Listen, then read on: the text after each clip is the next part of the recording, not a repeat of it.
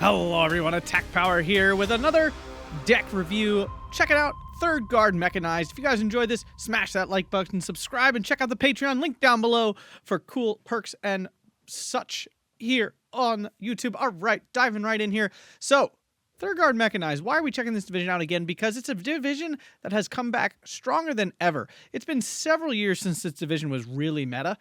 There was a time that it was quite meta back, like I said, 2 or 3 years ago. It cooked at that time, and it really fell off here in the intermedium when infantry were like the strongest thing going on. Tanks weren't very good, all that good stuff. But with a lot of the recent buffs, a ton of them have hit this division and hit it really well and given it some huge step ups in the meta that makes this potentially one of the strongest, if not the strongest, one of the, I don't want to say the strongest, I'm always hesitant to say that, but one of the strongest mid-range divisions in the game, as in like 1,500 meters, things like Orsha East, Haroshaya especially, those maps this division absolutely excels on. So let's dive right in here. We're doing this Maverick style because that's the right way to play this division.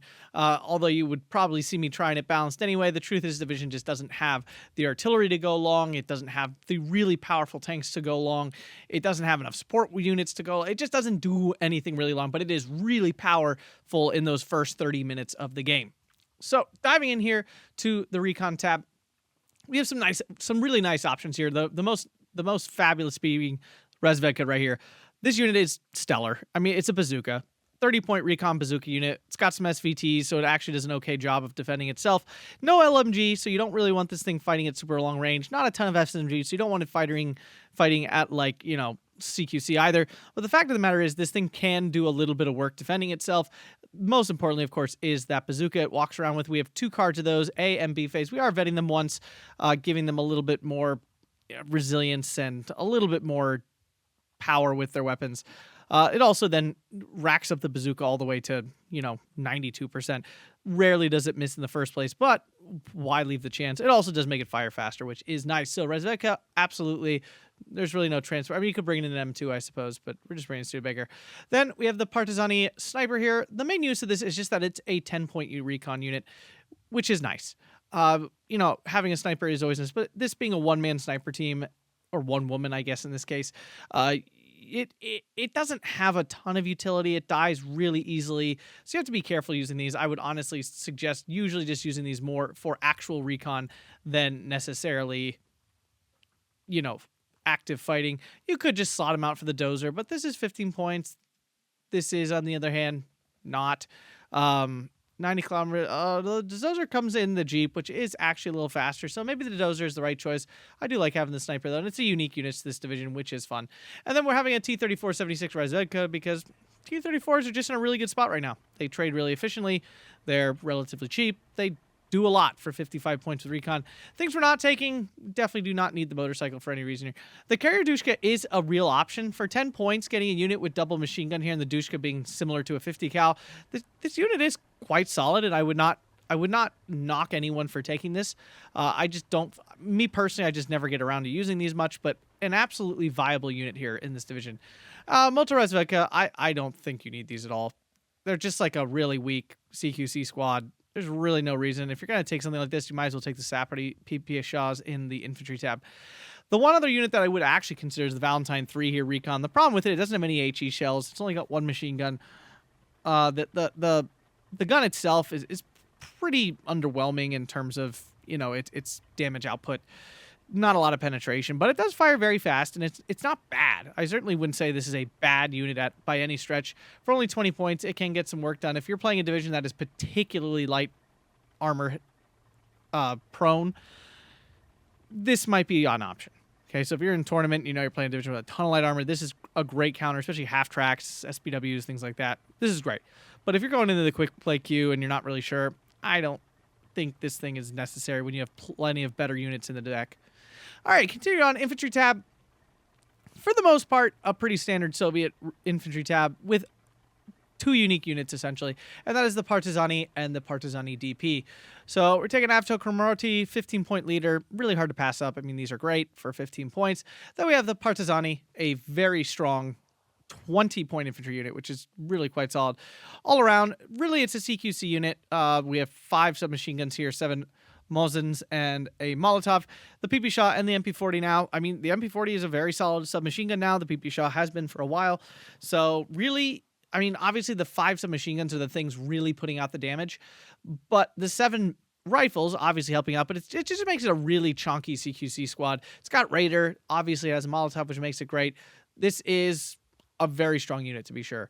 Then we're taking Gavardi DP, and then we have another double machine gun unit in the Partizani DP, 25 points here. You get 8 men, so higher availability than the Gavardi DP, and essentially at range, it is, I would call, a straight upgrade over a Gavardi DP. Reasons being, 1, you get 2 more men on the card. Right there's a bonus to start. You get Raider, which is really nice. Then we ditch the submachine gun, which is completely useless on a Gavardia DP squad anyway. You pick up 5 SVTs instead of 8 bolt action rifles. So you go from, you're just straight up increasing your rifle damage. Then you go from 2 DPs to an MG34 and a DP, which is also just another straight upgrade. So there's not much more to say. This is just a straight upgrade of a Gavardi DP. Now, you lose the DP. Okay, sad, not that big of a deal. The PTRD, while really nice to have on your units, is not some massive game-breaking weapon that just makes all these infantry squads really usable. You're doing it because you need a double machine gun unit, and this is just a straight-up better version of it. So, yeah, overall. Now, you do lose 2 men. It's 2 men weaker, but those 2 men were wielding a PP Shaw and a PTRD, so technically speaking, in terms of damage output, there's no difference. In terms of survivability, of course, the extra 2 men give you 2 extra men. So, take it as it is. You absolutely take this unit, though. Then we're taking our Tanko Desaniki and the M2A1s, because M2A1s are really strong. Tankos are great. Molotov tossing PP Shaw unit. B phase, we're taking Avtos and Gavardi DP. And C phase, we are taking a vetted up card of Gavardi DP there for a grand total of 74 infantry, which for a Maverick deck should be plenty. Things we're not taking. Sapperty PP Shaw. This is not actually a bad unit. I would not knock anyone for taking this early game and rushing in the Jeeps to pick up some transports. Absolute option if you want to shove that in there. There's nothing wrong with doing that, but it's for you want to be really aggressive doing that. Gavardia, really no reason to take these. You have Gavardi DP, and Gavardia is just a straight downgrade in every way, so don't really see. I mean, unless you desperately want more infantry, but it does not seem necessary at all. Partizani Komroti, I mean, it's nice. It has the same availability as the Avto Komroti, but it is 10 points more. It is a lot chunkier, so I can 100% see an argument for this. I just love being able to toss around 15-point leader squads. It's really cheap and really nice. Then Sapperty. So the only thing here I would really consider switching out is Avto versus Sapperty. 2 reasons I'm playing the Avto. There's more availability. I do want the increased availability. And the second being, no, that's about it. I just want more availability. The Sapperty is nice with their grenade. Obviously helps them win a lot of other combats, but at the same time, I like the Avtos. I think they counter flame units a little bit better. So yeah, big fan of Avtos. Personally, I like their increased availability and such. Tank Tab. This is what really makes this division hum nowadays and making it a cut above most other Soviet divisions. Actually, really quick. No one's coming in a stupid transport, right? Yeah, the most annoying thing about this division is it has these stupid... it's not that. It has the ZIS-2 or something like that. Not the ZIS-2. The MI-2 or some stupid transport that goes dumb, like extremely slow. And it always like auto puts them in there. It's really annoying. So the Valentine 9. This is the unit that has been buffed to the moon and is now honestly pretty cracked in every way. 35 points. Massive availability here. Unvetted 8, 16, 24 with a veterancy, which you probably want 6, 12, 18. I mean, my God, this unit is cracked. You have a 6-pounder on here, meaning it's got a high rate of fire, 12 rounds a minute. Throw that veterancy armor out, 14 rounds a minute of 115 penetration. You also get HE shells because why not? 1,500 meter range. This thing is an absolute monstrosity. It really is. This thing will dominate essentially any other medium tank at 1,500 meters. I really can't name a unit. Like, obviously, if you get within 1,000 meters, I don't know a medium tank that beats this unit. There really is essentially none.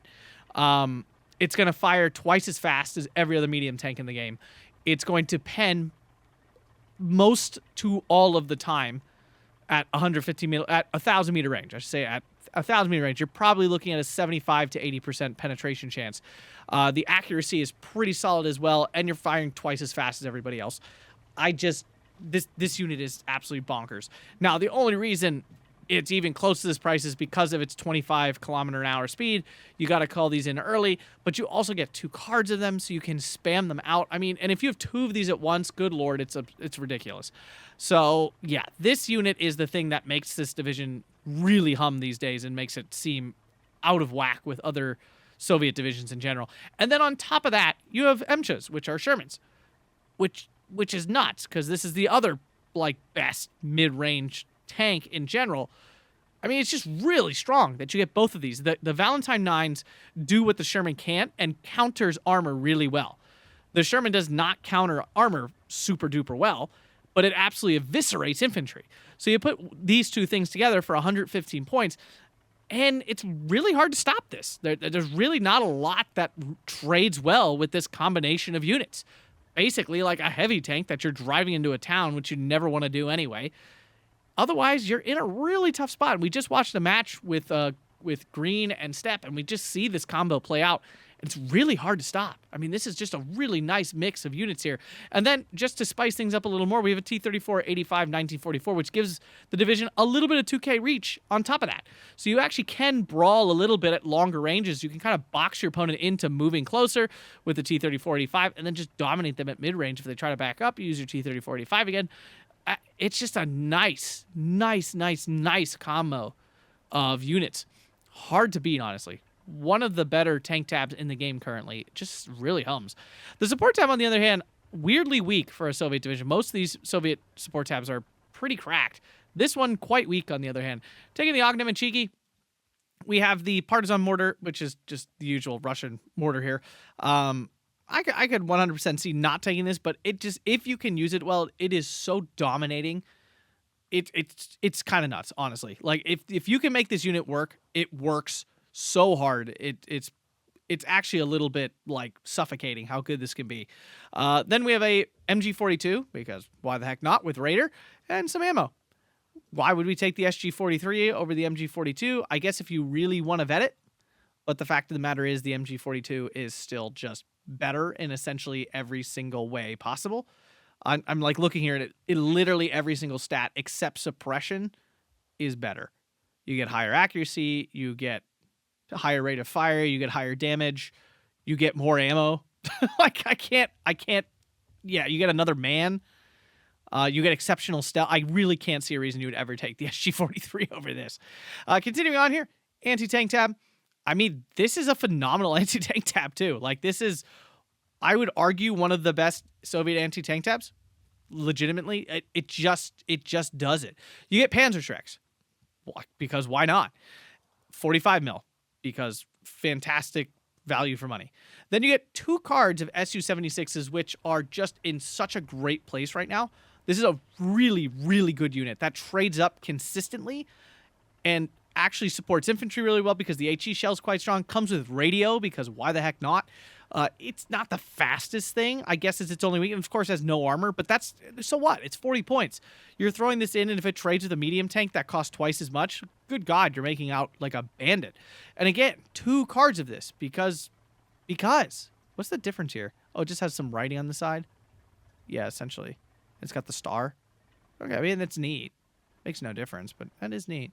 Yeah, Su-76 is a must-take, in my opinion. And then you have the best Soviet AT gun they got. I mean, other than the, whatever the big one is, the BA-43 or something like that. The ZIS-2. I mean, a ZIS-2 is a very efficient, solid AT gun. It gets the job done.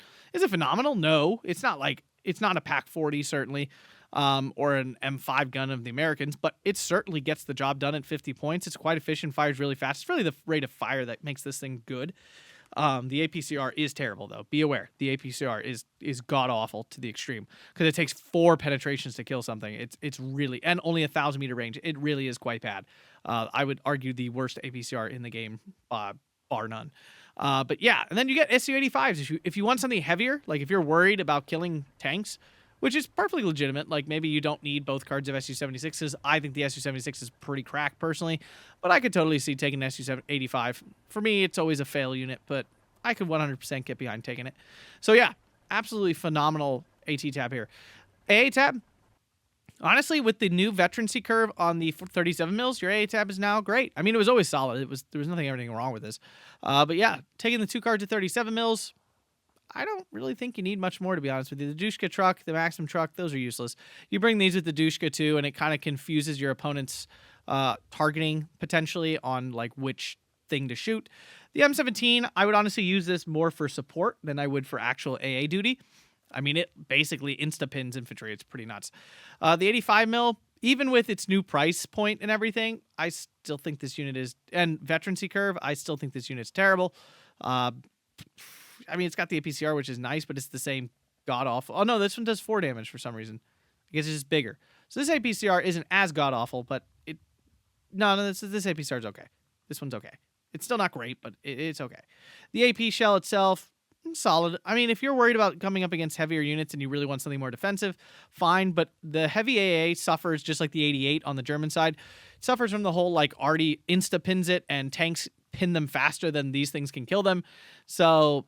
this division is really not meant for long range fighting, so why even try to commit to it? I guess the one thing I would do, maybe just go to 1 vet on this and then double vet this one. Then I have 7. 7 feels better than 6 for some reason. Also, at the beginning of the game, having 3 AA that can cover off the 3 like quadrants of the map feels a little better, but yeah, I certainly you could argue me back to 2 with the double vet. Arty tab. Now, this is not great. This is definitely one of the weaker spots of the division. What we're taking here, the 82 mil mortar on the bike, this is nice. I mean, it comes with lower ammo, which sucks, but it has significantly more survivability than the just normal mortar. It also is cheaper, which to me feels a little weird. I understand it has less ammo, but in every other way, I feel like it's just much better. So kind of surprised that it's cheaper, but, you know, bring in ammo for it, and it works just fine. The fact is you can move this and not lose your mortars. It's very hard to counter battery this as long as you're on top of your micro there. We're taking the VZ-VOD. Yes, I'm still taking the leader in the RD tab. Get over it. I like having leaders. No, do I use them often? No. Should I? Yes. That's more of a me problem, not a fact that it's here. Also, you really don't have that many other options that are like worth taking here. Then we're taking the F-22. Why? Because it has radio, and there's actually a lot of radio in this deck with the SU-76s, your RD leaders as well. And I feel like there was one your unit maybe that had radio. I mean, if you take the MCHA leader. No, the MCHA leader does not have radio. Just kidding. Take that back. Yeah, basically the SU-76 is sitting around, gives you free radio because they do. So why not? The other option is really the ZIS-3, which is kind of is basically an identical unit. I'm just making sure before I say it. The ZIS... Wait, this one... Okay, this is 8 rounds a minute. Let's just double check my factoids here. Okay, this fires faster in its defense. So it's either you want radio or do you want slightly faster firing speed. I can see the argument both ways. Maybe this is just better, but I'm a radio guy myself. ZIS-42, there it is. I knew one of these came in with that garbage transport. It's that one. There it is. We fixed it. Okay, this is terrible. I definitely would not take this. It doesn't have enough rockets to really like actually pin the thing down. So pass. 120s might be worth it now because you get 4 availability instead of just like 2 like you used to. So argument for this, maybe. I still don't think it's better than just the 82 mil mortar, which fires significantly, well, not significantly faster. Maybe this is worth it now. I don't know, decide on your own. Maybe this is worth it now. I think the issue with these is always that their accuracy is pretty bad. Like their dispersion on their shell is really big compared to the 82 mil mortar. So you lose a lot of the potency that you appear to get because of that massive circle.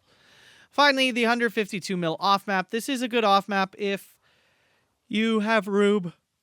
Technically speaking, you probably should take this. You know I'm never going to take it, but technically speaking, you probably should.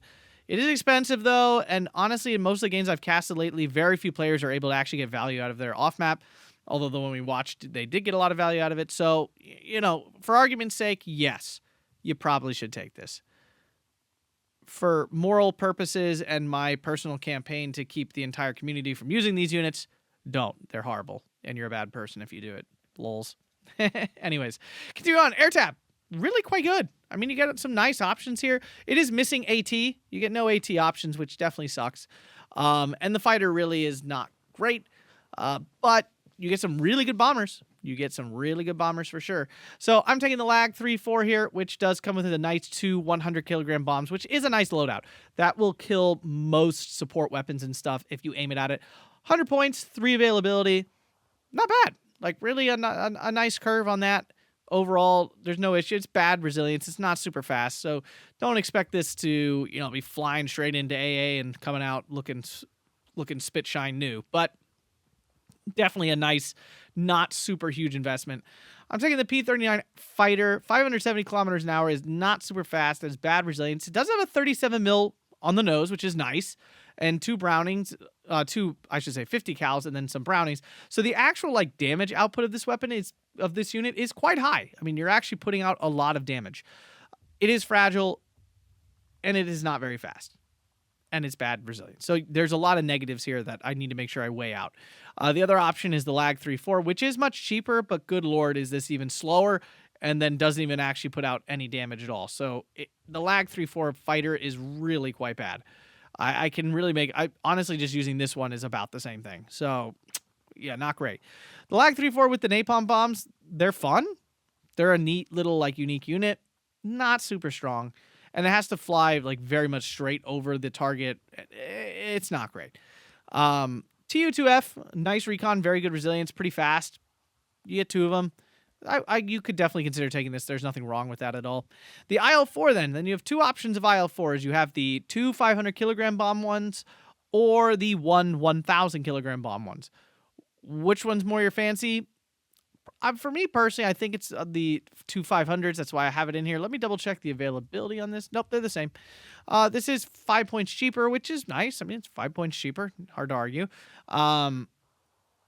I just feel like the double bomb has a little bit more chance of catching something out. If they fall back or something right on time, the bomb could still land right on target, so on and so forth. I also feel like 2 separate bombs do more to a tank than 1 big bomb. Correct me in the chat if I'm wrong. I'm not 100% sure, but I feel like 2 bombs end up doing more than 1 bomb, even if the two are equal weighted, in terms of kilograms across the board. Then we have the P-39 with the rockets. It's not actually a bad rocket plane, but it's still not great.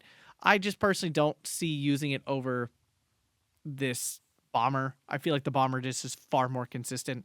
Obviously, the Cobra then is a half-decent fighter as well, but I'm bringing a fighter anyway, and I still think the AA is plenty sufficient to keep you safe. So, 3rd Mechanized, a very strong division right now. Definitely one to consider taking out and giving it a spin. It's going to suffer on Sliss maps, but outside of that, it should do quite well on most other maps across the board. There's not a lot of maps where you should be completely up the creek without a paddle. Super heavy CQC like Cell may not be the best, but you definitely have tools to work with. You're not totally screwed by any stretch, but it won't be your favorite place to be. Again, the mid-range map, even like Kostritsa, should go pretty well for you. But the Orshas, the Harashaye, even like Shchedrin, all of those should be really quite proficient maps for this division, and you should see a lot of success using this. If you enjoyed that, hit that like button, subscribe, consider checking out that Patreon link down below. Thanks a bunch, everyone, and have a fantastic day.